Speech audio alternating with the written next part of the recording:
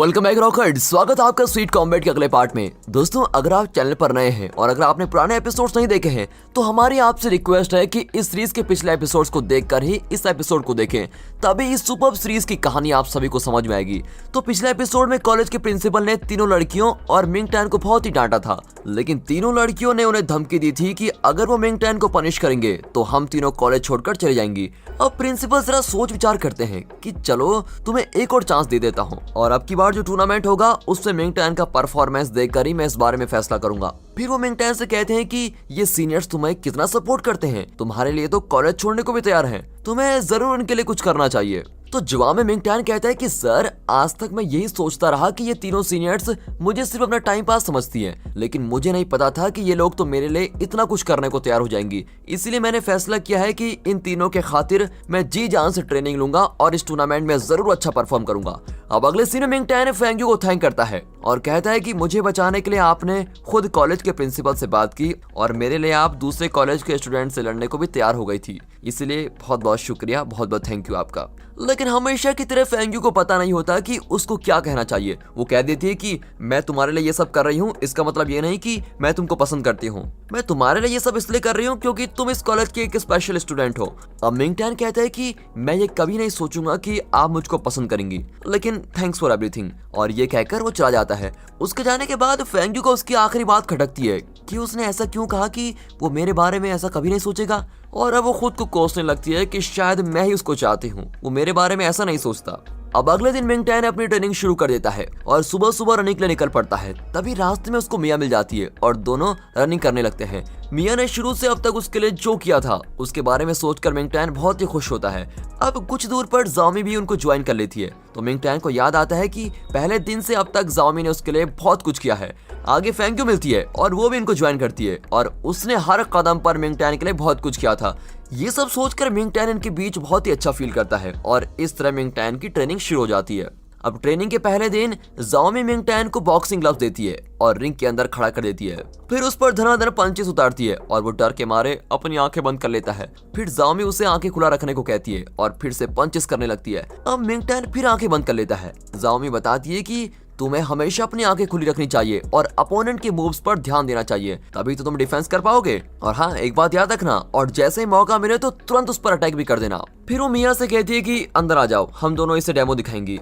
और मिया इसी मौके का इंतजार कर रही थी और खुशी खुशी अंदर आकर सच में जाओमी को अटैक करने लगती है। अब जाओमी खूब डिफेंड करती है और कहती है कि ये डेमो है मेरी जान, आराम से, लेकिन तुम तो मुझको सच में अटैक कर रही हो। तो वो कहती है कि हाँ यार, रियल अटैक करूंगी तभी तो मिंग टैन ठीक से सीख पाएगा। और इसके बाद वे फिर मिंग टैन को ट्रेन करती है और उसे पंच पे पंच मारती जाती है। अब अगले शॉट में ज़ैंगजी कॉलेज के प्रिंसिपल को दिखाते हैं, जो सुनहाओ कॉलेज के प्रिंसिपल से मिलते हैं और बातें करने लगते हैं। सुनहाओ के कॉलेज प्रिंसिपल एक पावरफुल मूव करते हैं जिससे हवा उनकी कंट्रोल में आ जाती है। फिर वो हवा से ज़ैंगजी के प्रिंसिपल को अटैक करते हैं, लेकिन हमारा प्रिंसिपल उसे बड़ी आसानी से रोक लेते हैं और कहते हैं कि लगता है तुम्हारे मूवमेंट में वो दम नहीं रहा। प्रिंसिपल बनने के बाद क्या तुमने प्रैक्टिस को छोड़ दिया है?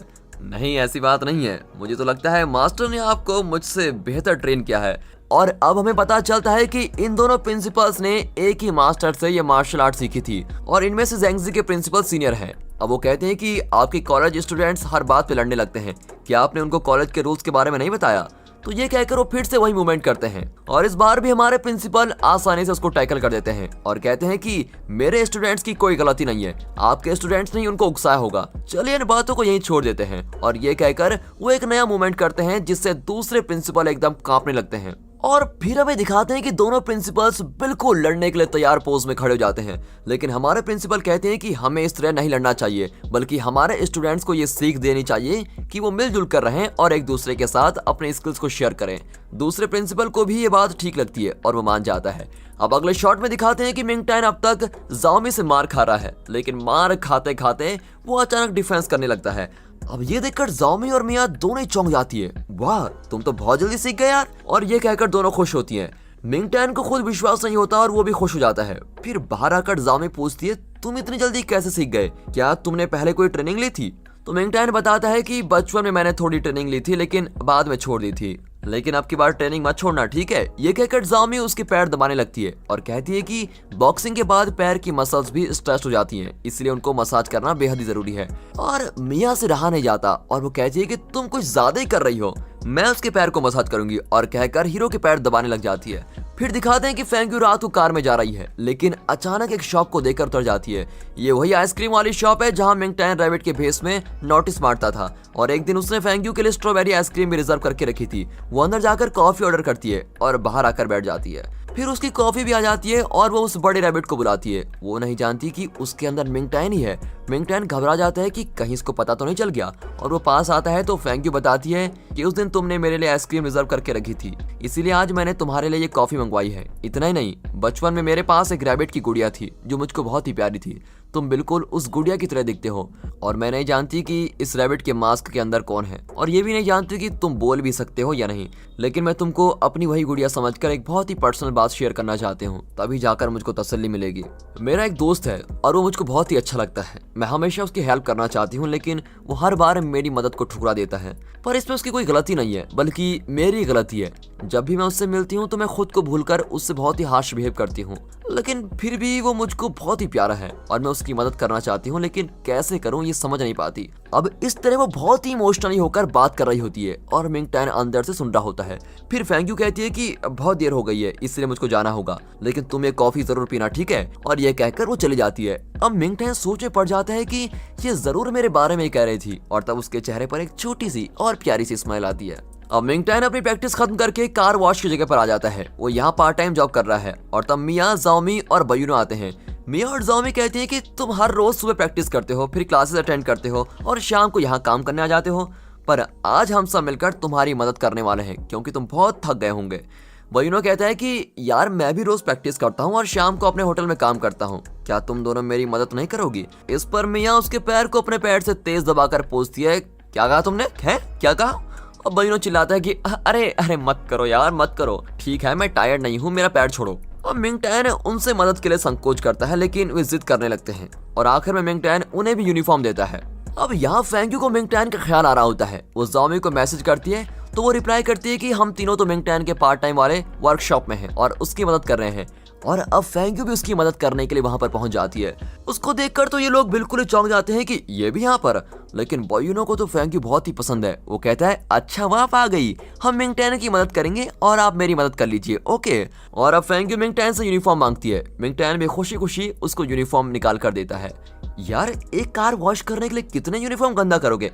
एक्चुअली ये मेरा पर्सनल कमेंट है दोस्तों, लेकिन कार वॉश करने के बहाने ये सब मिलकर खूब एंजॉय कर रहे होते हैं। अब ये सब एक साथ इतने खुश होते हैं कि सारे के सारे कार्ड्स को एकदम चमका देते हैं। अब सारा काम खत्म करके ये लोग रेस्ट कर रहे होते हैं। तब मिंगटैन को कल की बात याद आती है और वो सबसे कहता है कि मुझे आप लोगों को एक बहुत ही इंपॉर्टेंट बात बतानी है। आप सबसे मिलने से पहले मैं कभी किसी से कोई मदद नहीं लेता था, हर काम खुद ही करना चाहता था, लेकिन अब मुझे लगता है कि तुम सब मेरे सच्चे दोस्त हो। तुम लोग मेरी मदद करो या ना करो ये अलग बात है, पर तुम सब मन ही मन मेरी मदद करना चाहते हो और मेरे लिए तो यही बहुत बड़ी खुशी की बात है।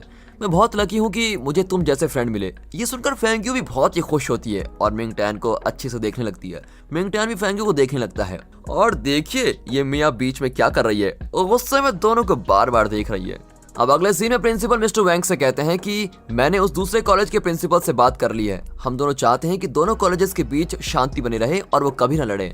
फ्यूचर में वे एक होकर अपने स्किल्स डेवलप करें, यही हम दोनों का सपना है। इसलिए मैं 2-3 दिन बाद एक डांस पार्टी अरेंज करने वाला हूँ। उस पार्टी में हम दूसरे कॉलेज के स्टूडेंट्स को भी यहाँ पर इन्वाइट करेंगे, इसीलिए आप हमारे सारे स्टूडेंट्स को इन्फॉर्म कर दीजिए।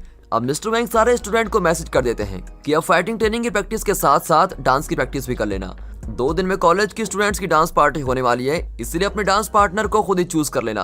अब स्टूडेंट्स मैसेज देखकर बिल्कुल ही शॉक हो जाती हैं, क्योंकि इन्हें सिर्फ फाइटिंग ही आती है, डांस वगैरह तो आता नहीं, लेकिन फिर भी डांस के नाम पर ये खुश हो जाती है। पर मिया कहती है कि कुछ ही दिन में टूर्नामेंट होने वाला है और अभी डांस प्रैक्टिस करना जरूरी है क्या? मैं तो नहीं करूंगी। ये कहकर वो मिंगटैन को अपने टेक्वांडो क्लब में ट्रेनिंग के लिए लेके जाती है और फिर वो हवा में उड़कर ऐसा तगड़ा डेमो देती है कि मिंगटैन की तो बोलती बंद हो जाती है।